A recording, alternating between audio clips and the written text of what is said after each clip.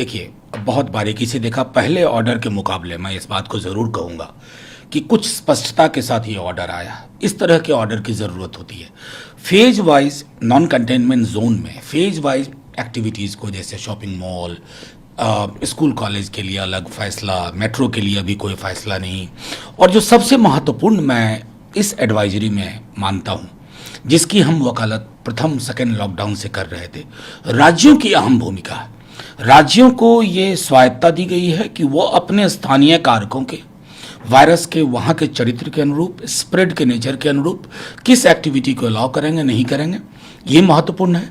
Interstate border पे जिस तरह की हमने छवियां देखी थी, मैं समझता हूँ उसको लिफ्ट किया गया। ये सब इस बात का संकेत है कि हम समग्रता से जीविका और जीवन के बीच में एक कोशिश कर रहे हैं रास्ता निकालने की, और मुझे उम्मीद है कि इसमें हर कोई अपने तय सहयोग करे। लेकिन इस सब के बीच जो रिलीजियस प्लेस हैं, जो पूजा के स्थान हैं, होटल है, रेस्टोरेंट है, हॉस्पिटलिटी सर्विस है, शॉपिंग मॉल है, ये 8 जून से अलाउ किया जाएगा और इसके लिए अलग से गाइडलाइन जारी होगी। देखिए, मेरा मानना है, मैं कह रहा हूँ, पहली चीज़ आप ये जान लीजिए कि ये एक यूनिवर्सल गाइडलाइन है।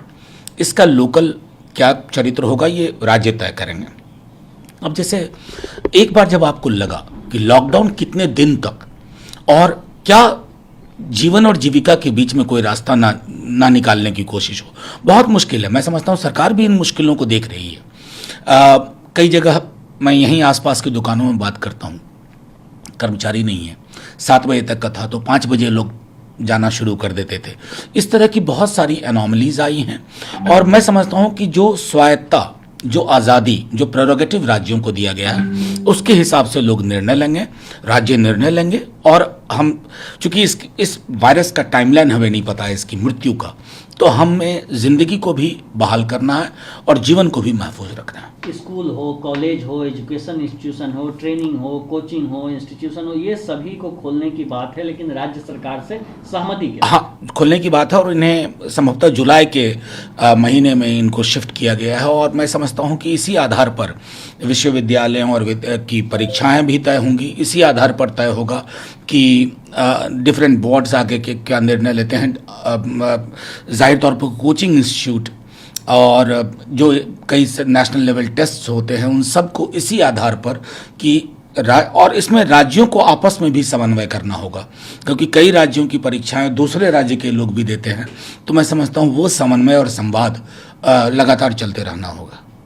और दूसरी तरफ जो मूवमेंट है इंडिविजुअल का, वो सख्ती से पालन किया जाएगा। 9 बजे से 5 बजे तक, मैंने 9 बजे रात से लेकर 5 बजे तक वो प्रोहिबिटेड होगा देश में। देखिए, मैं एसेंशियल कमोडिटीज को छोड़, मैं समझ रहा हूँ कि ये पहले 7 से 7 था, अब उसको रात 9 से सुबह 5 तक किया गया है। जाहिर तौर पर राज्यों और केंद्र के बीच में संवाद हुआ होगा, चूँकि राज्य और केंद्र के बीच लगातार 2 दिन से ये कवायद चल रही थी।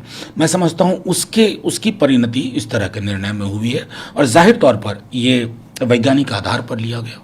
एक सिनेमा हॉल की बात हो रही थी कि कब खुलेगा, जिम कब खुलेंगे, पार्क कब खुलेंगे, ये सब की भी खोलने की बात हुई है, लेकिन हुई है कि सिचुएशन को पहले हालात का जायजा लिया जाएगा, फिर खोला जाएगा। देखिए, मेरा मानना है सिनेमा, जिम और पार्क से ज़्यादा बेहतर तो विद्यालय हैं। उससे ज़्यादा कोई मैं उनकी महत्ता दरकिनार नहीं करता, लेकिन विश्वविद्यालय के छात्रों में अनिश्चितता का माहौल है। एक बार राज्य और केंद्र फिर इस पर संवाद करें, और क्योंकि इसको लॉकडाउन 5 नहीं कहा जा रहा है, कई लोग सोशल मीडिया पर लिख रहे हैं अनलॉक 1, तो उस दृष्टिकोण से भी, और मैं इसमें कोई गलत नहीं मानता कि जो मैं बार बार मैंने कहा, आजीविका और जिंदगी दोनों के बीच में रास्ता है।